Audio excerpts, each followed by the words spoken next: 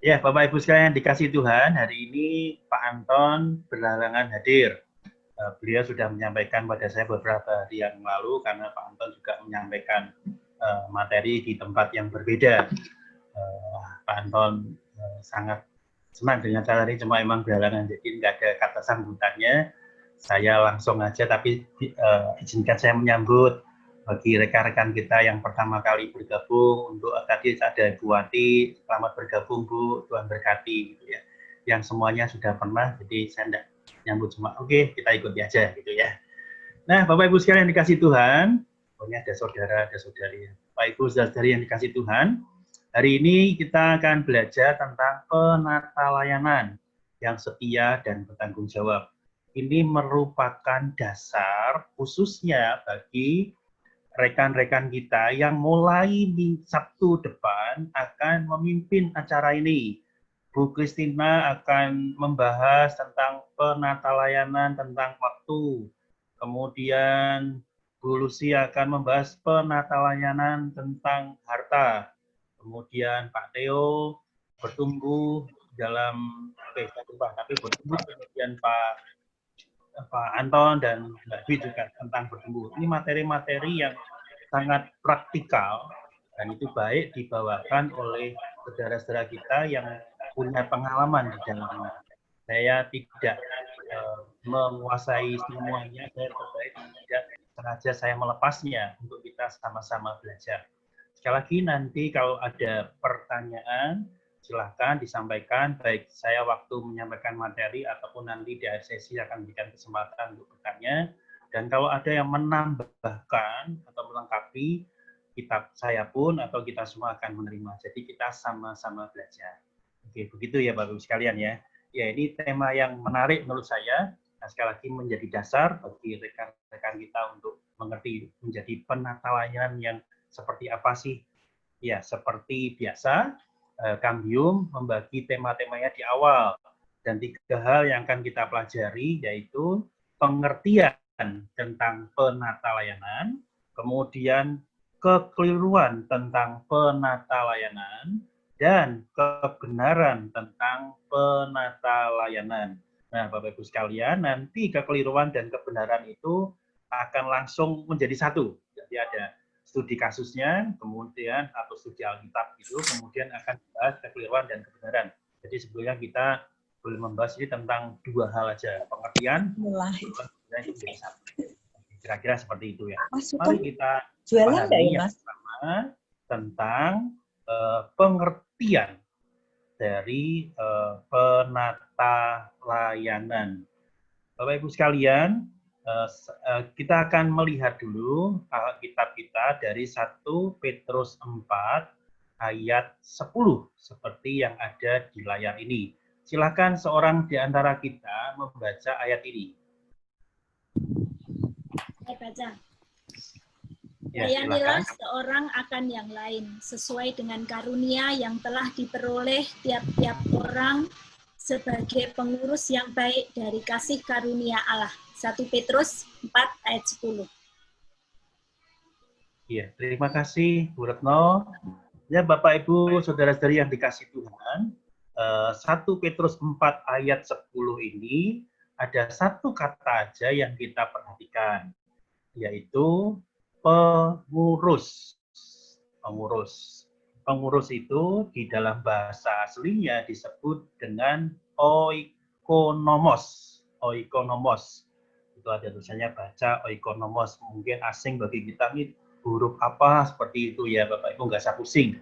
Tapi baca aja seperti tulisan di bawah oikonomos. Nah, oikonomos itu sebetulnya dari 2 kata. Kita perhatikan, itu yang pertama oikos, itu rumah. Oikos itu rumah. Kemudian nomos itu pengaturan atau pengelolaan. Jadi kalau kita baca oikos nomos itu berbicara bagaimana mengatur atau mengelola rumah. Dan katanya, tentu saya nggak yakin juga, tetapi sangat masuk akal, kata ekonomi itu katanya ya ini menurut catatan gitu ya, katanya berasal dari kata oikonomos. Ya, maka bicara tentang ekonomi, bagaimana mengatur atau mengelola sesuatu, itulah ekonomi. Tapi sekali lagi saya sendiri tidak yakin benar, tapi katanya juga mirip kan, oikonomos dan ekonomi. Nah, tapi Bapak Ibu sekalian, kalau kita bicara tentang oikonomos, artinya ini bicara tentang sebutan bagi seseorang yang bekerja sebagai pengatur atau pengelola urusan rumah tangga. Saya akan ulang sebentar, kita lebih memahami. Sebutan, jadi oikonomos adalah sebutan bagi seseorang yang bekerja sebagai pengatur atau pengelola urusan rumah tangga. Tadi di awal saya sudah sebutkan, minggu depan Bu Christina akan menjelaskan atau memberikan paparan bagi kita sebagai seorang penata layanan tentang waktu. Jadi Bu Christina akan menjelaskan bagaimana seseorang itu menjadi pengatur atau pengelola urusan daripada waktu. Nanti minggu depan ya, saksikan Sabtu depan. Bu Christina akan menyampaikan begitu. Bu Christina sudah senyum-senyum, kelihatannya sudah siap begitu. Kita akan melihat. Jadi bagaimana kalau saya menyampaikan ini kan teori-teori semua. Nah, mulai minggu depan lebih banyak praktek. Jadi slides-nya nanti bisa dimodifikasi, dipersilahkan, ada atau slide-nya sama tapi ada kesaksian-kesaksian dari Bu Christina. Saya pikir itu akan memberkati kita semua. Bagaimana khususnya Bu Christina mengatur tentang waktu, materinya ada, tetapi ada pengalaman di dalamnya. Oke, begitu juga 2 minggu yang akan datang, Bu Lucy akan berbicara tentang pengatur atau pengelola urusan harta. Ini tidak mudah begitu ya. Saya bisa menjelaskan tapi teori, tapi bagaimana realitas yang atau pengalaman dalam mengelola tentang harta itu. Jadi kita akan lebih banyak bicara tentang prakteknya. Nah ini ada catatan di Pak Theo, ekonomos benar, ekonomik. Jadi betul. Saya sekali lagi memang kurang yakin, kadang adaptasi cocok mirip gitu ya. Terima kasih Pak Theo untuk konfirmasinya gitu ya. Nah Bapak-Ibu sekalian, ekonomos ini ada contoh yang banyak yang hitam. Jadi bukan sekedar menyampaikan ini pernyataan tidak. Dalam perjanjian lama kita ingat tentang Yusuf di rumah Potifar. Dia menjadi oikonomos atau menjadi penata layanan yang baik. Jadi bagaimana Potifar itu mempercayakan segala sesuatu urusan rumah itu kepada Yusuf. Bahkan dicatat oleh Alkitab, Potifar itu tidak lebih berkuasa daripada Yusuf. Wah, itu luar biasa. Jadi dia menjadi oikonomos yang luar biasa. Begitu hebatnya Yusuf itu. Jadi saya tidak akan memperpanjang dan cerita tentang Yusuf, tapi saya yakin yang ikut semua ini bukan orang baru, tetapi tahu cerita tentang Yusuf. Nanti kalau misalnya ingin ngulang lagi, silahkan dilihat Kejadian pasal 39, khususnya ayat 8. Cerita tentang Yusuf, seorang oikonomos yang hebat. Kemudian di Perjanjian Baru ada beberapa contoh, tetapi ini tentang perumpamaan. Jadi kalau Perjanjian Lama itu ada orangnya, kalau Perjanjian Baru itu lebih banyak kepada perumpamaan. Nah inilah menariknya ketika prakteknya ada di Perjanjian Lama, Perjanjian Baru, Tuhan Yesus menjelaskan mulai perumpamaan. Itu ada perumpamaan Tuhan Yesus tentang uang mina. Nanti kita akan bahas Lukas 19 ayat 11 sampai dengan 27. Kemudian perumpamaan tentang talenta. Tentang talenta Matius 25 ayat 12 sampai 30. Kemudian hamba yang bijaksana dan bodoh. Itu ada di Injil Lukas dan Injil Matius. Tertera di slide kita di depan. Kemudian penggarap kebun anggur. Itu ada Injil Lukas, Markus, dan Matius. Saya tidak merubah Markus itu sebetulnya tulisannya kalau kita singkat, kita bisa sekaligus ini pembelajaran kita. Nanti kalau di Alkitab tulis kita buka bagian awal, itu singkatannya ada semua. Jadi kalau Markus itu bukan MAR, tapi MRK gitu ya. Itu sekaligus kita belajar ilmu yang lain. Nanti kalau Bapak Ibu nulis Filemon dan Filipi, itu singkatannya bukan FIL, nanti kita bingung nih Filemon atau Filipi gitu ya. Kalau Filemon FLM, kalau Filipi FLP, itu semua ada di Alkitab kita. Jadi ini saya sengaja nggak rubah, ini kan bawaan mungkin waktu bikin dulu kurang lihat mungkin ya, kita buat kita ini kita memperkaya. Jadi sesuai dengan yang ada di Alkitab kita. Markus itu maksudnya itu Markus bukan Maria ya. Itu Markus itu. Jadi ada di Injil Lukas, Markus dan Matius. Jadi kita sekarang mengerti pengertian penatalayanan yang paling penting buat kita. Kita adalah pengelola. Penting loh sekali ya. Kita adalah pengelola, bukan pemilik. Ini gambarnya bagus, seperti rambu-rambu. Kalau kita lihat kuning, ini kan seperti rambu-rambu ya. Diingatkan kita adalah pengelola, bukan pemilik. Jadi kalau minggu depan tentang waktu, bagaimana kita mengatur waktu, bukan pemilik waktu. Kalau tentang harta, bagaimana menjadi pengelola tentang harta, bukan pemilik daripada harta itu sendiri. Kita memang diberi kesempatan untuk memiliki baik waktu maupun harta. Tetapi ingat, di dalam konteks oikonomos atau penata layanan, kita adalah pengelola. Nah, Bapak sekalian, kita coba kita masuk seperti diagram yang ada di tempat ini ya. Jadi di perumpamaan pola perumpamaan Yesus tentang penata layanan, tadi ada 4 bagian yang disebutkan Tuhan Yesus. Ini polanya itu menarik gitu ya. Kita bisa pelajari, kita bisa dengan satu diagram ini. Kalau kita lihat sebelah kiri, mulai, kemudian akhir. Jadi mulai, kemudian akhir. Itu titiknya seperti itu. Mulai yang pertama adalah penata layanan mendapat tugas. Jadi kalau garis bawah, kotak bawah yang biru-biru, masih tetap tadi Pak Theo. Jadi garis yang biru-biru, kotak biru itu bagiannya si penata layanan, si penata layan. Kemudian yang warna agak kuning atau coklat itu bagian tuannya.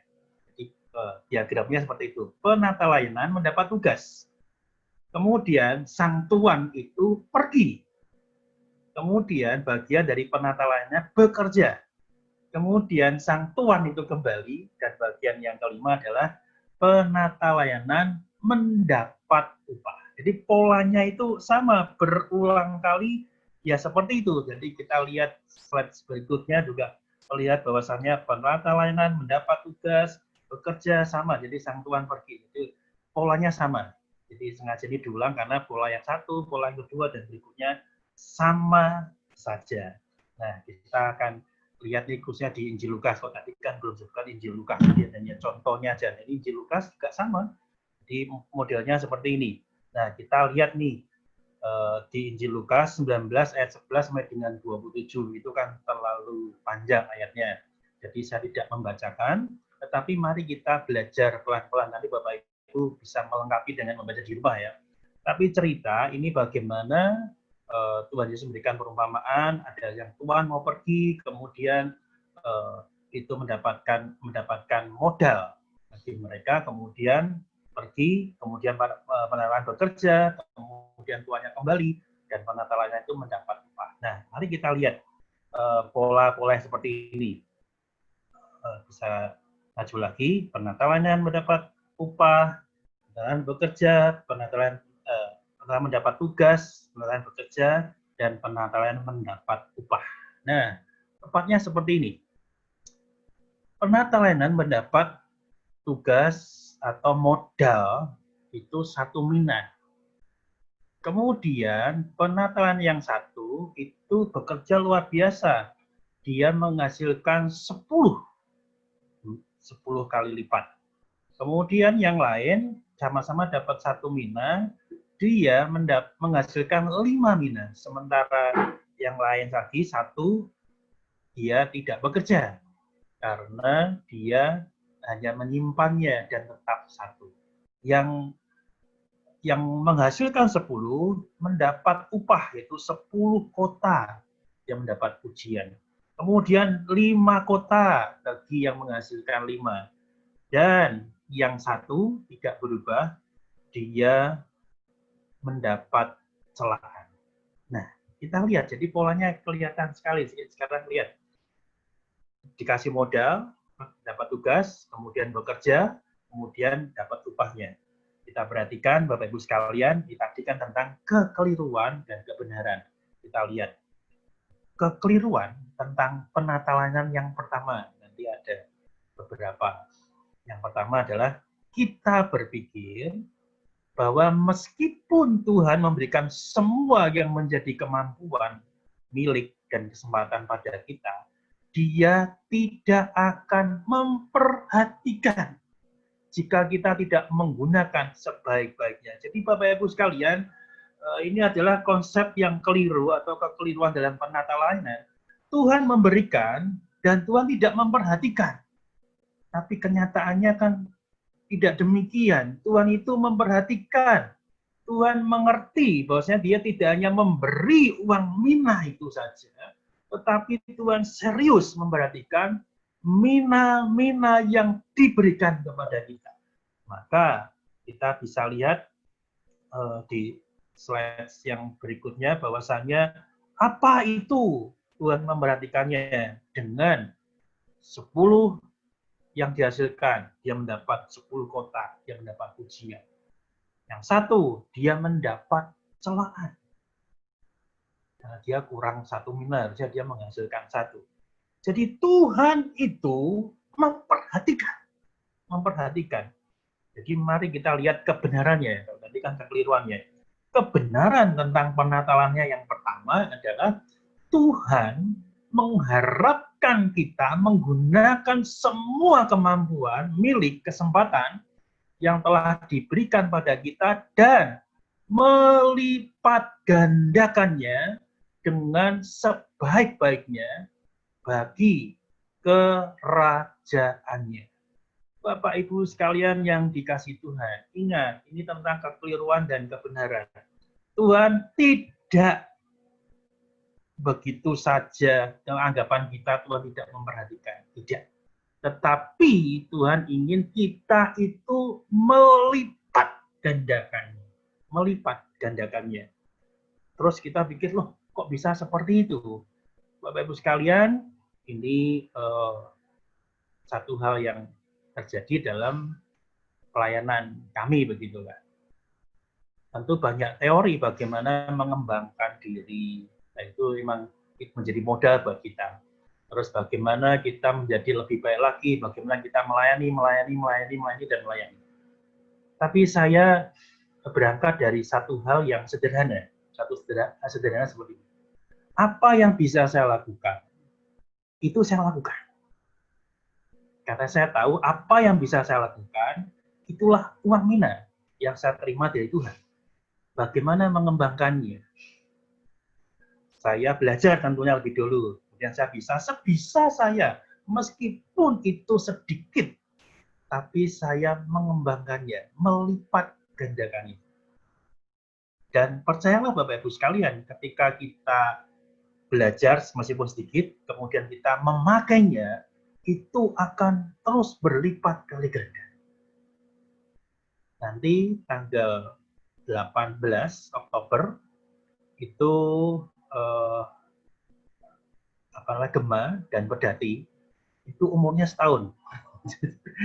Kita nggak menyangka gitu ya, bisa berjalan setahun luar biasa. Jadi tiap-tiap hari yang Bapak Ibu baca melalui Gema dan Pedati itu ada di GKI Pengharapan, itu usianya setahun.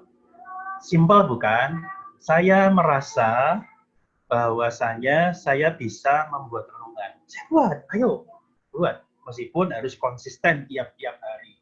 Kemudian bisa mendesain meskipun ya sebisanya mendesain gitu ya. Nanti kalau lihat perjalanannya, semoga saya bisa membuat filmnya sejelas itu. Wah ternyata ada perubahan-perubahan di dalamnya. Saya bisa mampu lakukan. Saya bisa apa ketika saya menjadi gembala jemaat? Oh saya merasa saya bisa berkunjung ke sana kemari, itu menjadi bagian yang Tuhan berikan, maka saya lakukan. Nah, lakukanlah. Karena jangan seperti tadi sampaikan kekeliruan, Tuhan beri pada saya dan Tuhan tidak pernah perhatikan, saya simpan aja. Itu kekeliruan. Yang benar adalah bagaimana kita melipat gandakan. Bapak Ibu punya hal apa lakukan dan lipat gandakan itu. Mulai dari apa yang kita bisa, bukan apa yang kita tidak bisa. Ini ada Niko, saya juga bertanya, Niko bisa apa ketika datang? Pengharapan ya Bapak Ibu. Niko, saya ulang lagi, Niko ini mahasiswa praktek 1 tahun. Apa yang kamu bisa? Saya bisa gitar Pak, sedikit-sedikit, pakai itu. Kamu bisa apa lagi? Pakai. Kamu bisa apa lagi? Pakai. Ya, itulah yang kepercayaan yang Tuhan berikan. Dan saya senang sekarang Niko pun juga selang-seling nanti seminggu sekali, saya harapannya saya 2 minggu atau 3 minggu kemudian Niko, tapi Niko minggu depan sudah ngirim juga. Wah, ini sesuatu yang luar biasa. Jadi kami jadi tandem yang bagus. Niko merasa ini yang diberikan Tuhan, sama yang diberikan Tuhan, yuk kita sama-sama belajar. Artinya, ayo apa yang ada dalam diri kita, mulailah kita mengerjakan. Bukan yang diangan-angan, bukan yang teori, tapi yang ada. Dan bersyukur nanti besok Sabtu pun kita akan belajar menikmati. Bugisnya merasa dia bisa menjadi ekonomos dalam hal waktu. Itu akan diberikan pada kita. Itu sesuatu yang luar biasa. Pasti kita semua akan diberkati. Begitu juga dengan Bu Kristina akan menyampaikan. Ternyata dengan bagian waktu kita menyampaikan, oh masih ada yang perlu ditingkatkan. Bu Kristina belajar, kita lebih belajar lagi. Wah, itu sesuatu yang luar biasa. Oke, begitu ya. Nah, ini ada 2 ayat yang bagus yang bisa kita pelajari. Yang pertama, Matius 16, maksudnya 27. Silakan dibaca seseorang. Kemudian 1 ayat lagi, Wahyu 22 ayat 12. Jadi 2 orang kan membaca ayat satu-satu. Silakan di-unmute dan kemudian dibaca. Saya baca Pak, Matius 16 ayat 27. Sebab anak manusia akan datang dalam kemuliaan Bapanya diiringi malaikat-malaikatnya. Pada waktu itu ia akan membalas setiap orang menurut perbuatannya. Terima kasih Bu Bambang. Silakan seorang lagi. Wahyu 22 ayat 12. Ya. Wahyu 22 ayat 12. Sesungguhnya aku datang segera dan aku membawa upahku untuk membalaskan kepada setiap orang menurut perbuatannya. Iya, Bapak Ibu saudara-saudari yang dikasih Tuhan, 2 ayat ini setidaknya menunjukkan bahwasanya Tuhan itu membalas setiap orang menurut perbuatannya. Jadi kita dari kebenaran Alkitab itu bahwasanya Tuhan itu ingin kita melipat gandakan apa yang ada dalam diri kita, apa yang Tuhan sudah taruh di dalam diri kita. Karena Tuhan akan membalasnya kepada setiap kita menurut perbuatan kita. Yang minggu lalu saya khotbah tentang bersedekah gitu ya. Ada banyak di sana Bapak Ibu nanti bisa style YouTube-nya lagi gitu ya. Kemarin saya style YouTube-nya lagi, waduh, ternyata khotbah saya bagus, saya puji sendiri gitu lah, daripada nggak ada emoji gitu ya. Ya tapi memang bagus sih khotbah saya gitu ya. Oke, nah sekalian, menurut perbuatannya Tuhan itu membalas gitu ya. Jadi itulah ayat ini menegaskan pada kita, Tuhan tidak pernah menyembunyikan diri. Tuhan seolah-olah tidak memperhatikan kita. Tetapi Tuhan ingin kita melipat gandakannya. Nah, sekarang kita lihat lagi nih kekeliruan yang kedua. Kekeliruan tentang penata layanan yang kedua. Kita berpikir bahwa jika Tuhan memberi upah pada kita untuk pekerjaan kita baginya, upahnya akan merupakan pujian yang sama rata bagi semua orang dan tidak berpengaruh bagi kesempatan dalam masa depan kekal kita di kerajaannya. Jadi ini yang konsep yang keliru, pengertian yang keliru. Pujian itu sama rata bagi setiap orang dan tidak berpengaruh bagi kesempatan dalam masa depan kekal kita di kerajaannya. Jadi konsep yang keliru kalau kita dasarnya dari bukan keliru. Pujian itu sama, Pak. Jadi siapapun kita, Tuhan akan berikan pujian yang sama. Tapi kenyataannya kan tidak. Kita lihat diagramnya lagi. Yang 10 dapat pujian, iya, tapi dapat 10 kota. 5 dapat pujian, iya, tapi dapat 5 kota. Jadi kan berbeda. Nah, yang tetap gimana? Dapat celaan.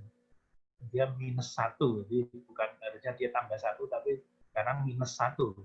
Jadi pujian bagi setiap kita ternyata tidak sama rata.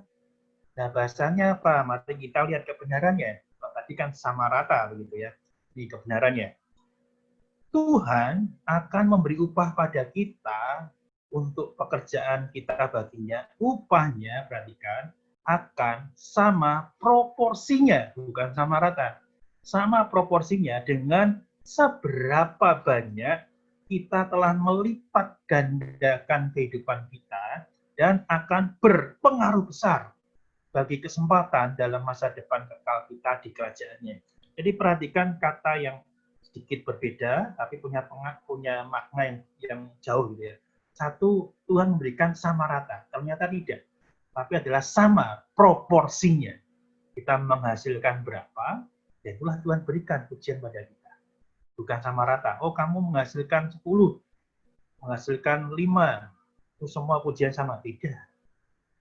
Tapi sama proporsinya. Nah, Bapak sekalian, kita harus mengerti bagian ini, pujian bagi setiap kita tidak sama rata, tetapi sama proporsinya, sesuai dengan perumpamaan yang diberikan Tuhan Yesus. Ada sekali lagi 2 ayat, tadi dan lihat Lukas 19 ayat 17, silakan seorang membaca. Lukas 19 dulu ya, 11. Silakan. Seorang, 1 ayat aja yang di atasnya. Saya mau baca, Pak. Silakan, Oma. Lukas 19 ayat 17. Katanya kepada orang itu, baik sekali perbuatanmu itu, hai hamba yang baik. Engkau telah setia dalam perkara kecil. Karena itu terimalah kekuasaan atas 10 kota. Iya, terima kasih Oma. Jadi ini bukan sama rata, tetapi terimalah kekuasaan. Jadi dia dipercaya, bukan ya sama rata, tapi ini bercerita tentang proporsi. Dia menghasilkan 10 menghasilkan 10, dia diberikan proporsi yang sama dengan apa yang dihasilkan. Itu bercerita tentang kekuasaan. Oke, 1 ayat lagi. Matius 25 ayat 21. Silakan seorang yang lain lagi.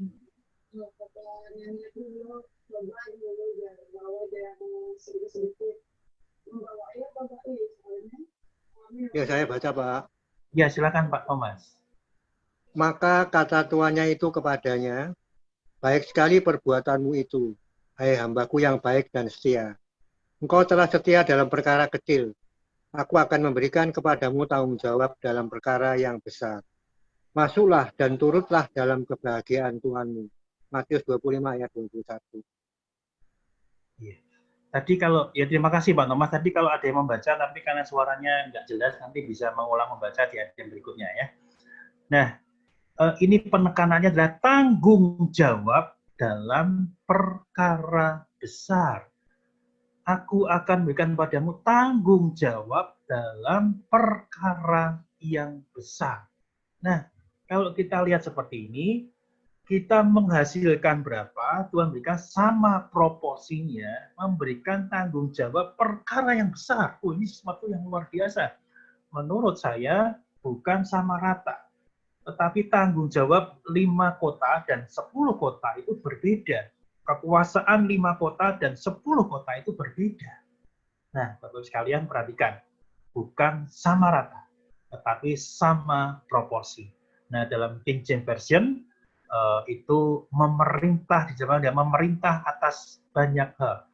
Ruler over many things, itu katakan memerintah gitu ya. Baik bukan hanya berkuasa, tapi juga memerintah. Memerintah lebih banyak kota, artinya lebih berbeda, bukan sama dengan memerintah yang lebih banyak, yang lebih sedikit daripada kota. 1 kota dengan 5 kota itu beda sekali. 5 kota dan 10 kota itu berbeda. Jadi itulah maksudnya sama proporsi. Dalam kerajaan Allah, memerintah itu artinya melayani. Upah berupa kesempatan untuk mengerjakan sesuatu yang akan sangat rindu kita kerjakan di surga. Yaitu kesempatan yang lebih besar untuk melayani, memuliakan Tuhan. Sekali lagi, surga itu masih misteri, ada apa di sana. Maka Tuhan juga tidak mengatakan di surga itu nanti seperti ini juga. Tetapi banyak perumpamaan yang setidaknya memberikan gambaran bagi kita. Kira-kira di surga itu apa? Nah, ini berangkat dari gambaran yang Tuhan sampaikan sendiri. Tuhan tidak menjelaskan nanti di surga kamu akan seperti ini, pekerjaanmu tidak. Tetapi setidaknya kita mengerti di situ kita akan sangat rindu gitu, apa yang kita kerjakan. Kesempatan yang lebih besar untuk melayani, memuliakan Tuhan. Wow. Jadi Bapak Ibu sekalian, kira-kira gitu, apa yang Tuhan percayakan bagi kita di dunia ini, kira-kira ini ya, nanti di surga Tuhan juga percayakan yang lebih banyak lagi untuk kita memuliakan Tuhan. Itu sesuatu yang jadi gambaran yang ditangkap dari perumpamaan Tuhan.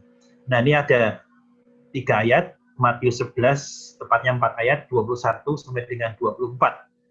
Silahkan seorang tadi yang mungkin kurang keras suaranya bisa mengulang bagian ini. Ya, kalau tadi suara masuk nggak sengaja ya udah dihilangkan aja. Silahkan seorang yang mau membaca Matius 11, 21 sampai dengan 24.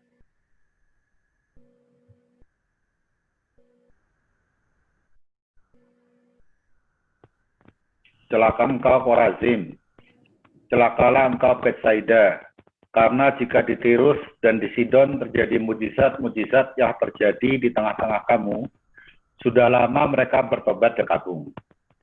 Tetapi aku berkata kepadamu, pada hari penghakiman, tanggungan Tirus dan Sidon akan lebih ringan dari tanggunganmu.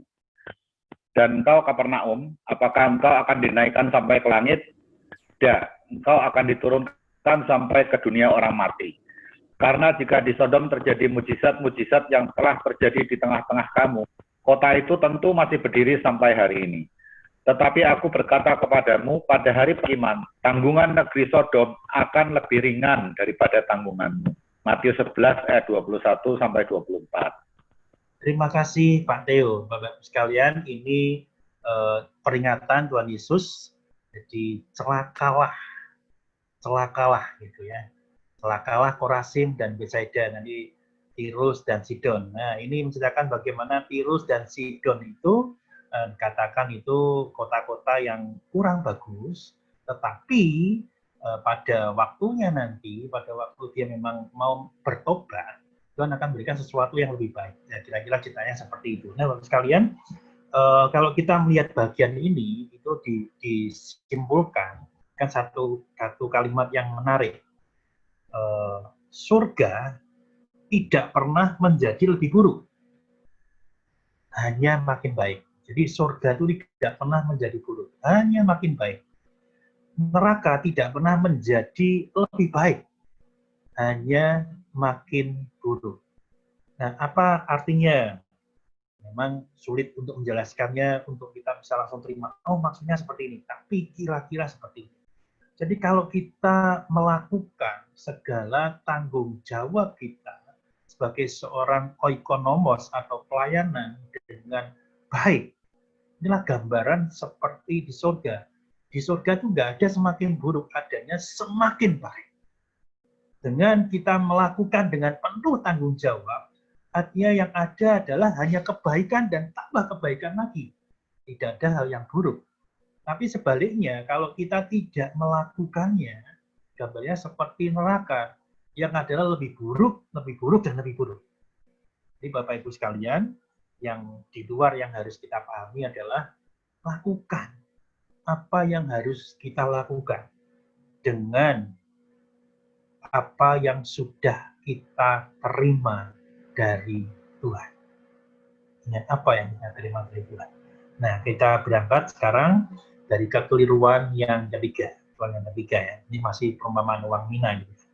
Kita berpikir bahwa jika kita tidak bekerja bagi Tuhan, dengan apa yang telah diberikannya untuk kita kelola, hal terburuk yang mungkin terjadi adalah tidak menerima upah. Jadi cuma gini, Tuhan tuh kasih ke saya, gitu ya. Saya nggak lakukan, ya udahlah paling nggak dapat upah, cuma gitu aja. Tapi kita lihat diagram tadi ya, diagram ini kita lihat lagi. Apakah yang tidak melakukan tidak menerima upah? Tidak di situ aja. Tapi Tuhan mencelanya, dia mendapat celaan. Jadi tidak dapat upah, iya, tapi upahnya justru negatif, mendapat celaan. Ini satu peringatan bagi kita dalam konsep berpikir kita ketika Tuhan memberikan pada kita ada satu hal saja dikaitkan seperti ini. Kita tidak melakukannya, toh yang lain lebih baik lagi, toh yang lain lebih bagus daripada saya. Ya udahlah, saya nggak lakukan. Ya udah, saya nggak dapat upah. Itu keliru. Karena dikatakan mendapat celaan. Nah, ini menjadi tantangan bagi kita semua, bukan?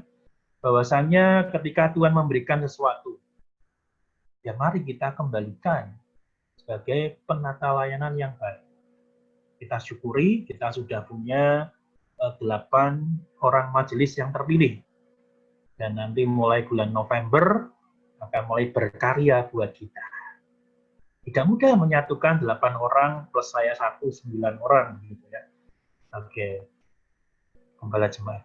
Tapi berangkat dari hal sederhana, apa sih yang ada dalam diri kita? Apa yang gereja yang bisa miliki dan kita kembangkan? Nah, itulah berangkat dari situ. Supaya kalau kita berpikir sama, apa yang bisa kita lakukan, kita sebagai penata layanan atau seorang ekonomos yang baik. Dan ingat, itu kekeliruannya bukan tidak mendapat upah, tapi inilah kebenarannya. Mari kita lihat kebenarannya.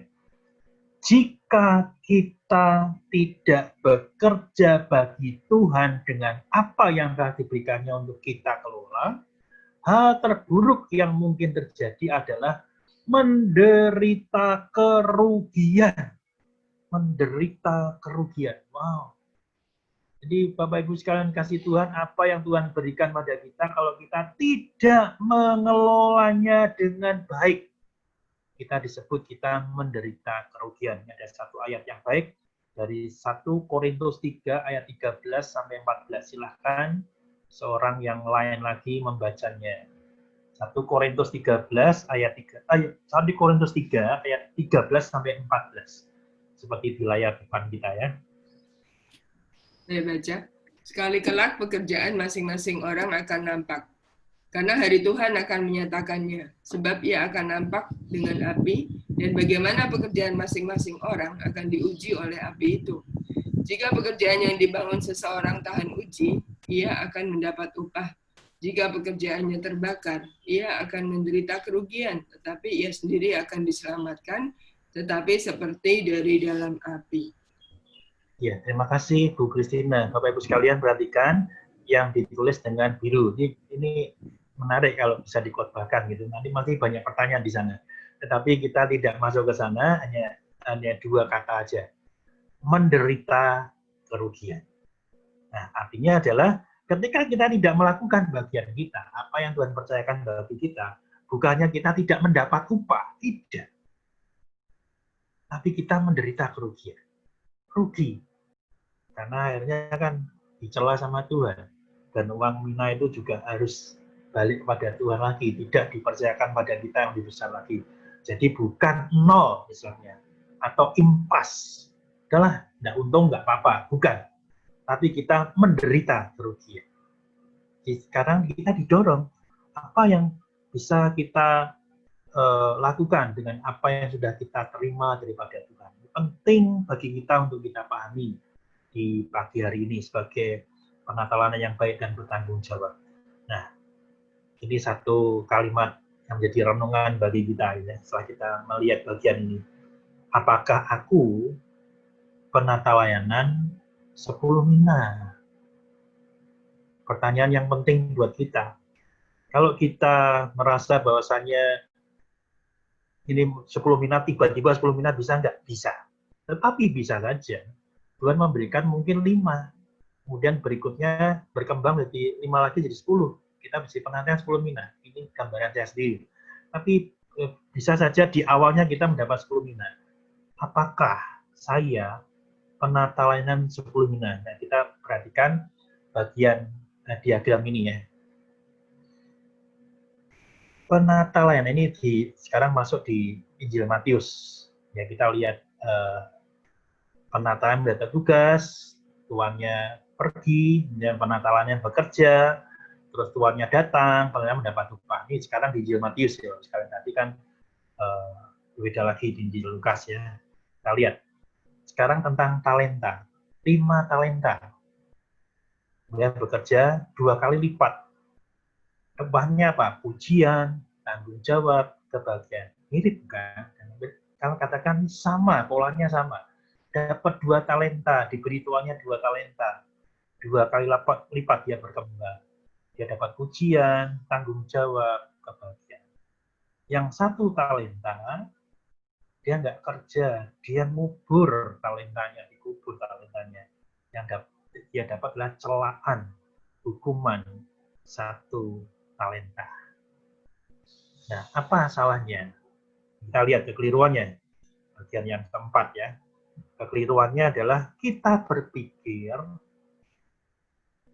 bahwa seperti orang-orang dan pola penghargaan di sekitar kita, Tuhan akan memberikan penghargaan berdasarkan apa yang telah kita lakukan dibandingkan dengan apa yang dapat diberikan orang lain.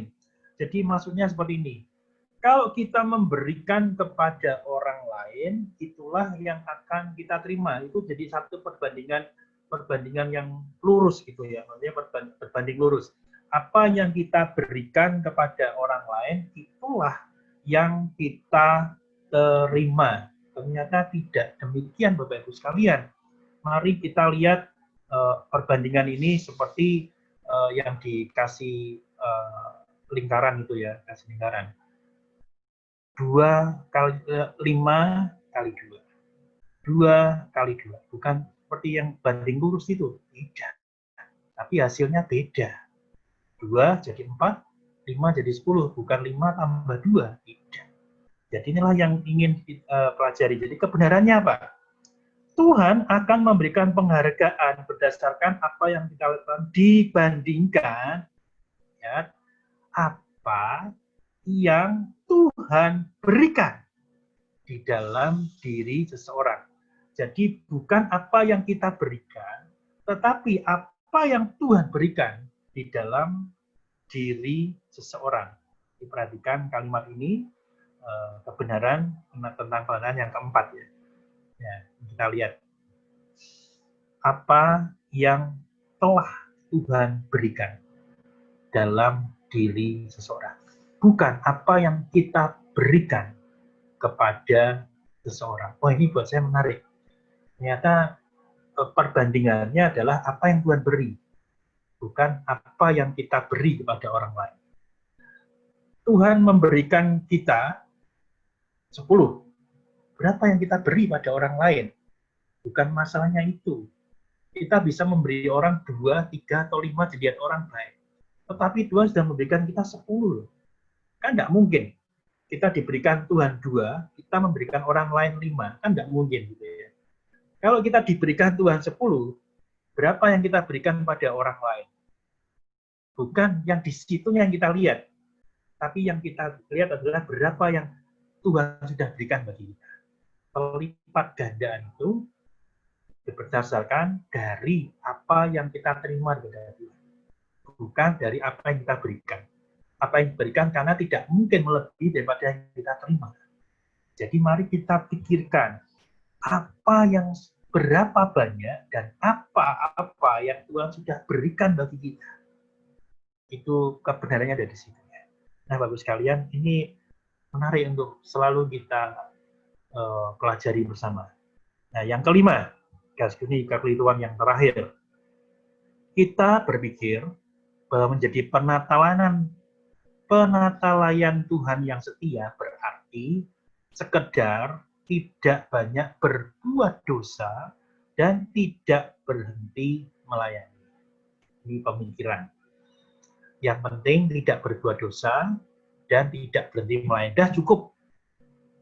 Tapi mari kita lihat Kolose 3 ayat 23 sampai dengan 24. Silakan seorang membaca ayat ini. Kolose 3 ayat 23 sampai dengan 24.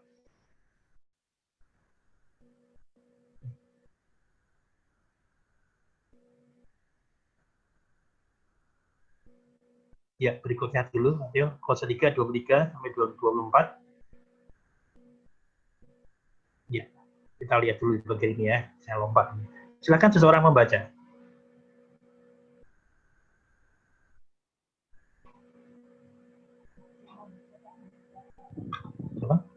Bu Ati nggak kedengeran nih.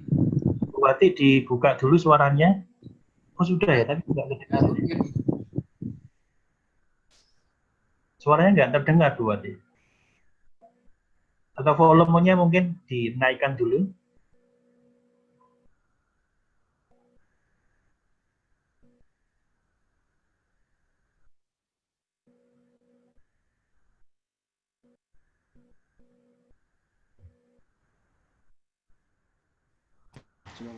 Tes. Apapun juga yang kamu perbuat, perbuatlah dengan segenap hatimu seperti untuk Tuhan dan bukan untuk manusia. Kamu tahu bahwa dari Tuhanlah kamu akan menerima bagian yang ditentukan bagimu sebagai upah. Kristus adalah Tuhan dan kamu hambanya. Kolose 3 ayat 23 sampai 24. Ya, terima kasih Bu Wati. Tekanan kita adalah perbuatlah dengan segenap hatimu seperti untuk Tuhan. Ya, ini memang slide-nya saya lompat gitu ya. Tapi mari kita lihat kebenarannya sekarang. Jadi sekarang slide-nya mundur ya. Kebenaran dari penatalan ini yang bagian yang terakhir, melayani Tuhan dengan setia berarti melayani dengan segenap hati untuk memberikan yang terbaik. Untuk ayat-ayatnya tadi yang salah satu kita baca. Nah, Bapak Ibu sekalian, ingat bahwasanya segenap hati dan yang terbaik di dalam diri kita. Itulah yang menjadi kebenaran dari perumpamaan talenta, khususnya di dalam pemahaman kita tentang oikonomos. Nah, Bapak-Ibu sekalian, kita sama-sama belajar. Memang ini pun terus akan menjadi pembelajaran seumur hidup. Ketika melayani, berikan yang terbaik. Kalau saya ada dua, ini kesempatan, kedua yang terbaik. Tetapi bagian ini juga mengingatkan kita dengan segenap hati dan yang terbaik. Dan itu selalu saya ulang-ulang dalam persiapan ibadah. Saya hampir selalu berdoa, ini kesempatan yang terbaik dan berikan yang kesempatan yang Tuhan percayakan dan berikan yang terbaik. Nah, kalau kita bisa melakukan bagian itu, melayani dengan segenap hati dan yang terbaik, kita menjadi penata layanan yang baik dan setia, dan bertanggung jawab. Jadi penata layanan yang setia dan bertanggung jawab depan Tuhan.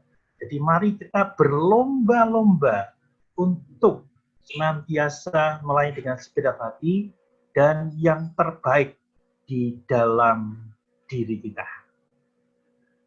Ini ada satu kalimat dalam bahasa Inggris, you can have a saved soul but a waste life. Artinya ada di bawahnya itu, enggak muncul ya. Ya. Oh, satu lagi. Anda dapat memiliki jiwa yang diselamatkan, namun hidup yang disia-siakan. Jadi ini bukan masalah keselamatan. Jadi upah ini bukan masalah keselamatan. Jadi baik itu pujian dan jalan bukan masalah keselamatan. Tapi kita belajar tentang menjadi penata layanan yang baik, yang benar, dan yang setia dan bertanggung jawab. Nah, ayat ini bagian akhir ditulis sebagai akhir daripada pertemuan kita, penata layanan dalam Matius 25 ayat 21. Saya akan membacakan sekalian. Matius 25 ayat 21, kata tuannya itu kepadanya, baik sekali perbuatanmu itu, hai hambaku yang baik dan setia. Engkau telah setia dalam perkara kecil, aku akan memberikan kepadamu tanggung jawab dalam perkara kata yang besar. Masuklah dan turutlah dalam kebahagiaan Tuhan. Gambarannya bagus, seperti di slide awal, orang mendapat piala karena dia memenangkan sesuatu. Jadi kalau kita menjadi penatalanan yang baik, itu hal yang terindah yang bisa kita lakukan, karena Tuhan sudah memberikan pengertian pada kita. Tapi yang penting bagi kita semua adalah ketika Tuhan bisa berkata, baik sekali perbuatanmu, hambaku yang baik dan setia. Itu urusan yang sangat penting dalam kehidupan kita. Dan kalau kita bisa menjadi penatalayan yang baik di dalam diri kita, maupun di dalam gereja, dan dalam konteks saya bicara tentang gereja, gereja tidak pernah berkekurangan untuk berkarya. Gereja tidak pernah berhenti, terus mengembangkan diri dengan semua penatalayan-pelayanan yang setia dan bertanggung jawab. Kita sudah menerima di Tuhan, berikan kembali berdasarkan apa yang kita terima untuk kemuliaan Tuhan. Dan Tuhan akan mengembangkan. Bagaimana kita bisa gereja ini stuck berhenti? Tidak. Tapi mari kita belajar menjadi penatalayan yang setia dan bertanggung jawab.